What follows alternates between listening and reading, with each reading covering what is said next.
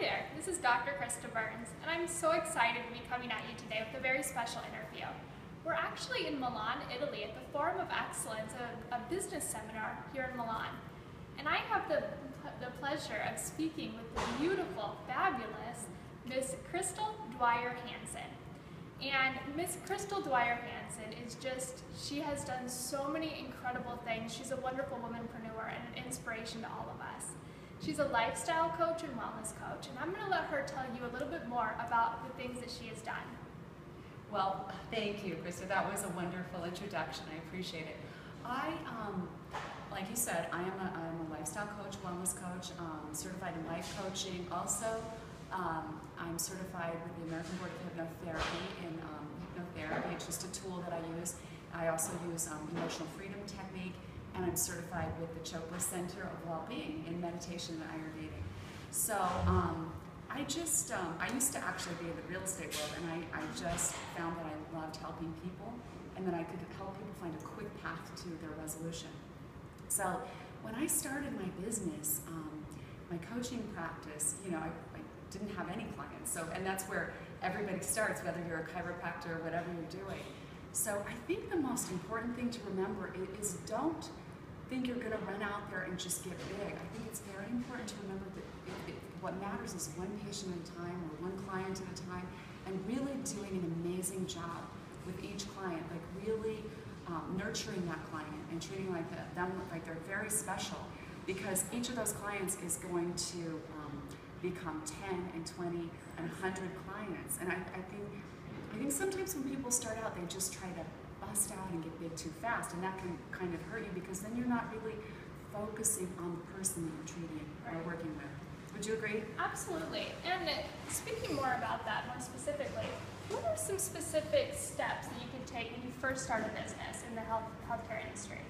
Well, it's funny because when I first started coaching, I wasn't a web savvy person or anything, and they told us the most important thing was a website. And I was like, what? I thought it was just to be the best coach. And so, having a internet presence is huge. I mean, you really obviously have to have a really good internet presence. And when you set up your website, you need to make sure that you're looking at it from your client's experience.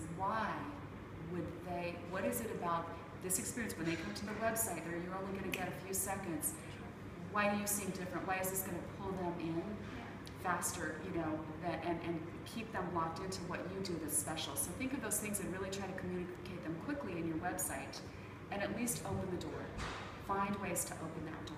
And how do you utilize social media to leverage your authority within the health industry?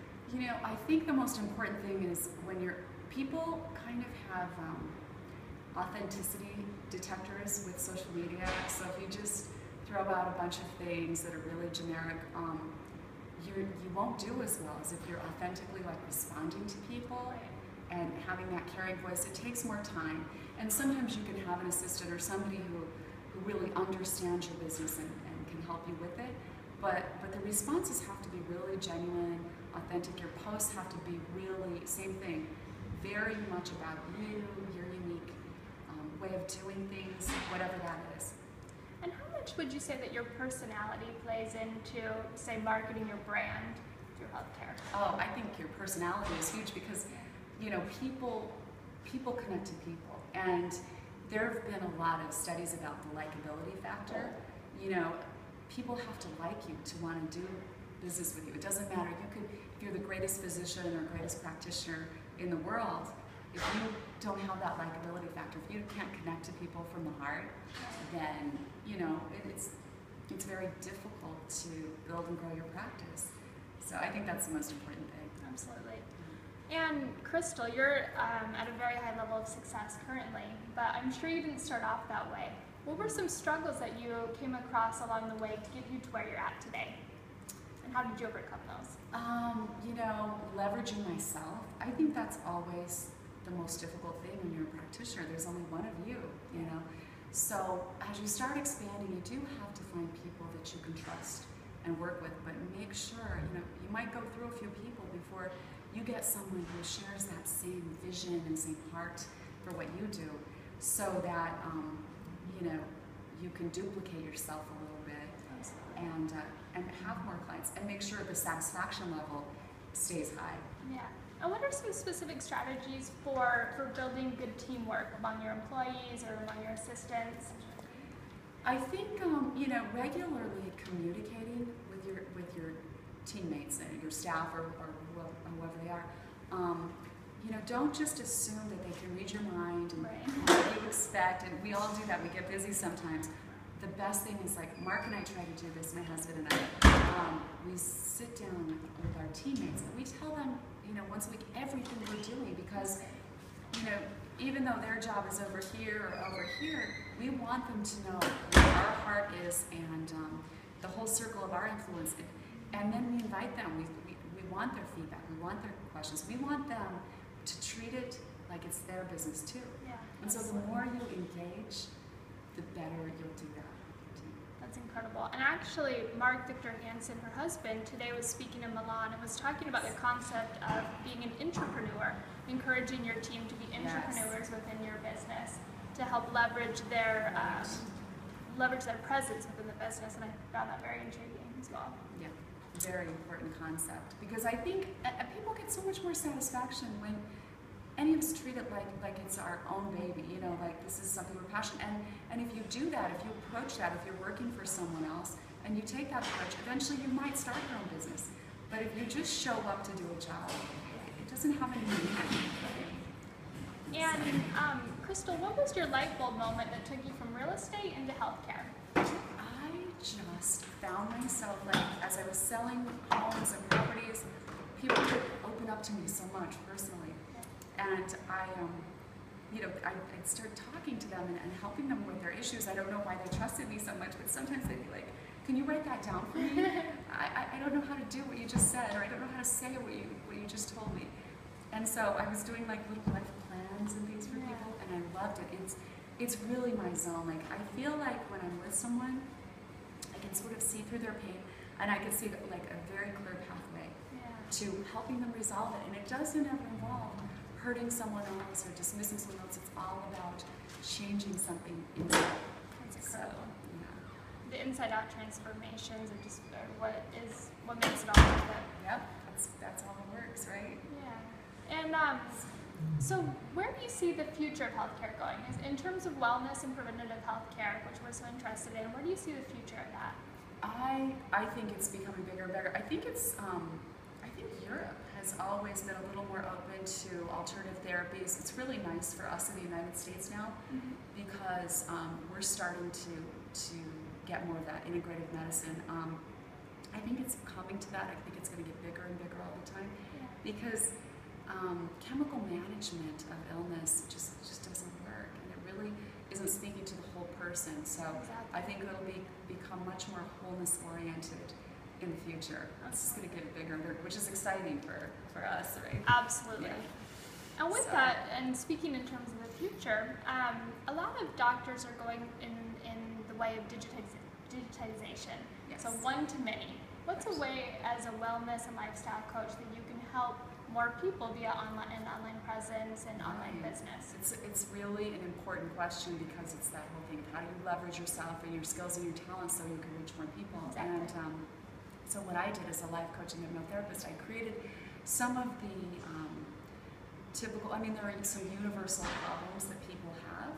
And so if you can tap into that set of universal issues that people come to you for, and then do a set of audios or videos.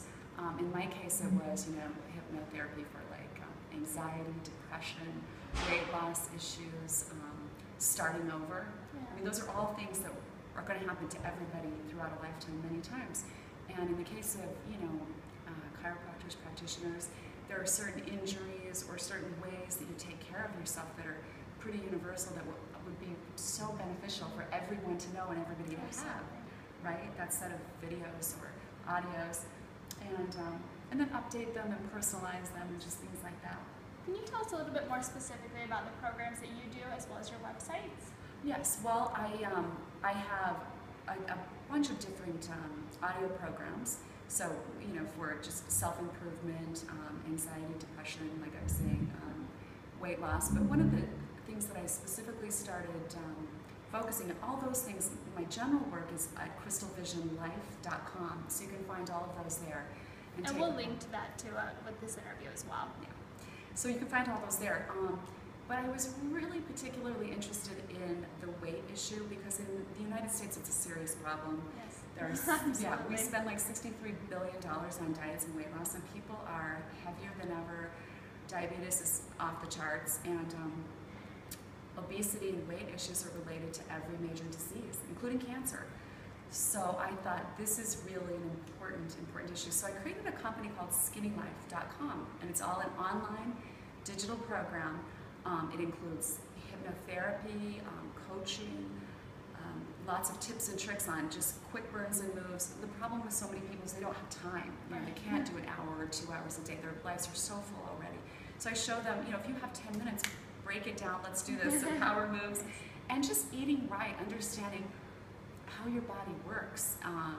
People don't understand, what happens inside their body. Once you shove that piece of food in your body, there's something completely different that happens depending on what type of food, and it's not just calories. Yeah. So I've written a book that's being released next spring called Skinny Life.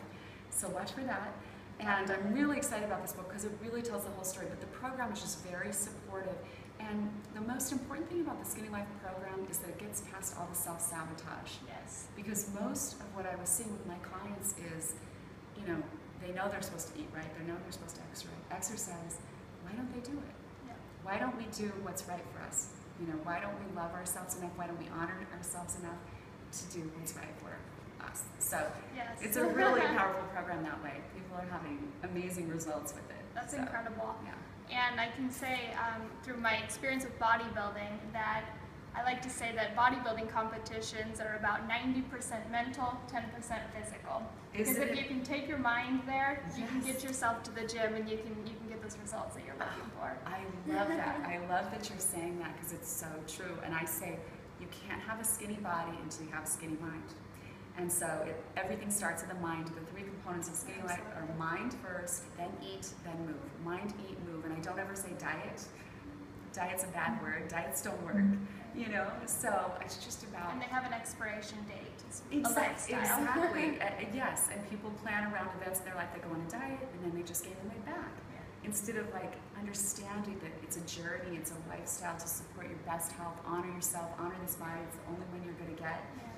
So it's a really empowering program. Yeah, okay.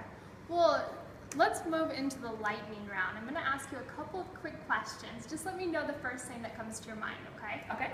And the first question is going to be, besides the books that you've already mentioned, in terms of business, what book would you recommend to the audience? Oh gosh, in terms of business, 1 Minute Millionaire. Yeah, very nice. Let's see, a guy I know wrote that. Perfect. No, I do love that though because it really tells the story. It's a fiction and nonfiction that tells the story of a real woman really needing to make money quickly and how, when you change your mindset and decide to, how she did it in the practical sense. Yeah. So I think it's really helpful, especially for new business owners. Perfect. And that leads me into my next question. Okay. As a woman, what unique opportunities do you feel that you have as an entrepreneur?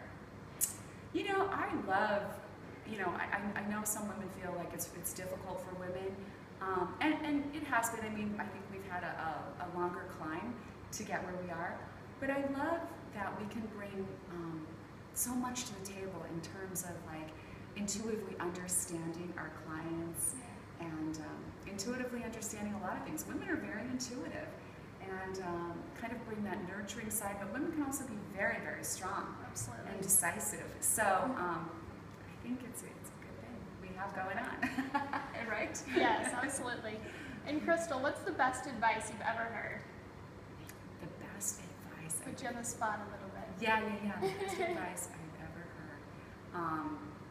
That change can only happen from within. Very nice. Yeah. Absolutely. It's not happening outside. It's only happening inside, for sure. Perfect. And just, if you could end with a parting piece of guidance to help our listeners improve from within, what would be your parting piece of guidance? I would say recognize that all of those negative feelings or thoughts you have about yourself that shut you down all the time, those are just part of your primitive brain, and you really need to learn to shut those down. You really just need to turn them off and understand it. That's just kind of a primitive structure in our brain that keeps us safe because we always had to be aware of change and change on the horizon. If you can shut those down and understand it's just a default mechanism, it's not real, and that you literally can do anything you want to in this life.